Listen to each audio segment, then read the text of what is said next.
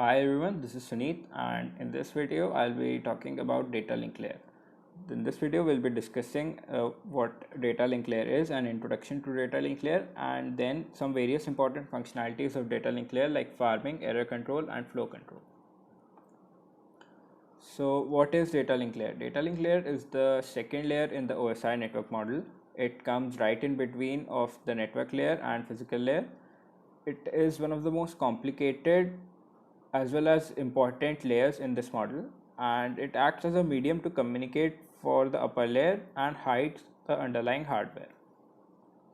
It is responsible for converting data streams to signals bit by bit and sending them over, and at the receiving end it again converts these signals into recognizable frame format and hands it over to the upper layers.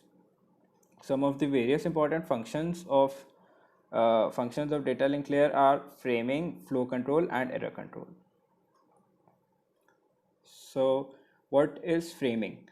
Framing is the process of converting the packets that are received from data link layer that are received from network layer into frames, and then sending them over bit by bit on the hardware.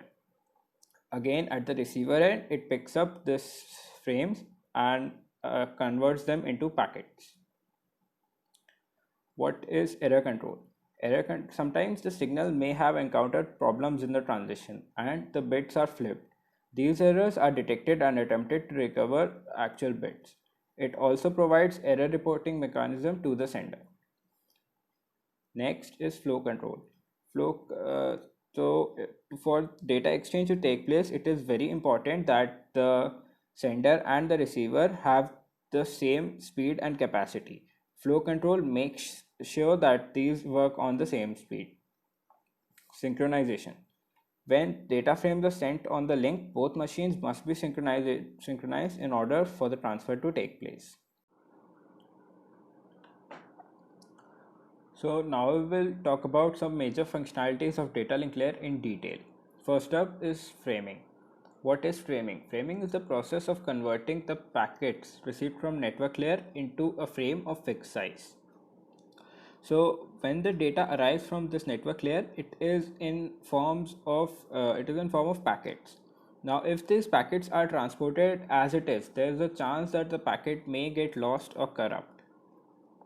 So what data link layer does is it takes that packet, puts it into a frame and adds a header and a trailer to that frame. This all is called a frame and it is of a fixed size. Multiple of these frames are transported from the data link layer to the physical layer and then to the destination. So framing it increases the reliability of the packet reaching its destination and also reduces the chance of the packet getting lost while the transmission. The next is error control. So during the transmission, a frame may get lost or corrupt. So we know a frame is corrupt when the message received at the receiver end is not same as the message sent at sender's end. For example, bits may get interchanged, like a message that a binary the message is sent in binary, and the message, for example, let's take the message to be 100100. Now this was the message that was sent, but when the message is received, it is received as 100101. So you can see the last bit that was 0 is now changed to 1. This is an example of message getting corrupted. So to prevent and detect this, there are multiple methods. The first one, the most important one, is cyclic redundancy check. Then is the checksum method, which is performed in the transport layer, and finally the last one is the parity check. Now a question might arise: if there is already a process of error control being done in transport layer, then why do we have to do it in data link layer again? So the reason for that is that as the transport layer is only present in devices, like for example computer to computer, but data link layer is present in the router also. So we can detect the fact that a message has been corrupt early. For example, if I send a message from my computer to my friend's computer, Now, during this transmission, if the message is corrupted, then we'll only find out when that message reaches my friend's computer. But with the help of cyclic redundancy check in the data link layer, we can find out that a message has been corrupted in the router itself. So we can save a lot of time, and therefore these methods are much more efficient. Next up is flow control.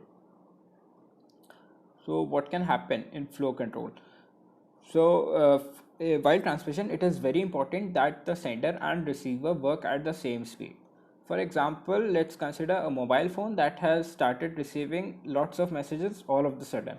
So what will happen? Soon the memory of the phone will get filled up, and in order to receive newer messages, it will have to delete the older messages.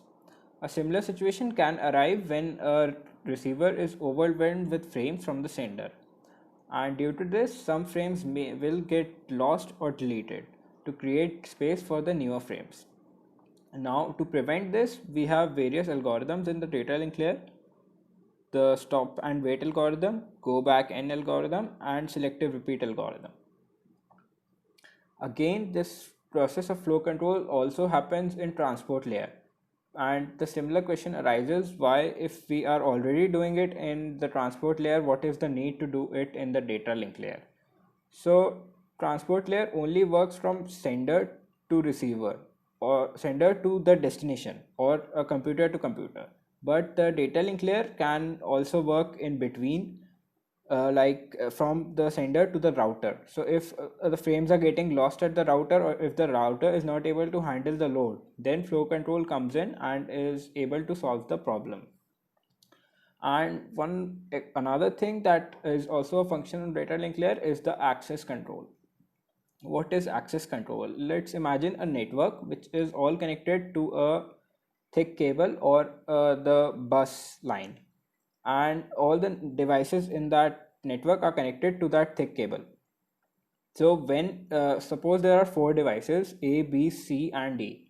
When A wants to send a message, it will send a message to another device. But suppose if when just at the same time A starts transmitting a message, another device, for example D, also starts transmitting a device, then the collision of both the messages will happen, and none of the messages will get sent. So to prevent this, we have access control, which means that if A first wants to send a message, then it will have the access to the whole line, and no other device will be able to access that line and send the message. This is called access control, and it is also another very important functionality of data link layer. So that's all I'll be talking about. Thank you for watching.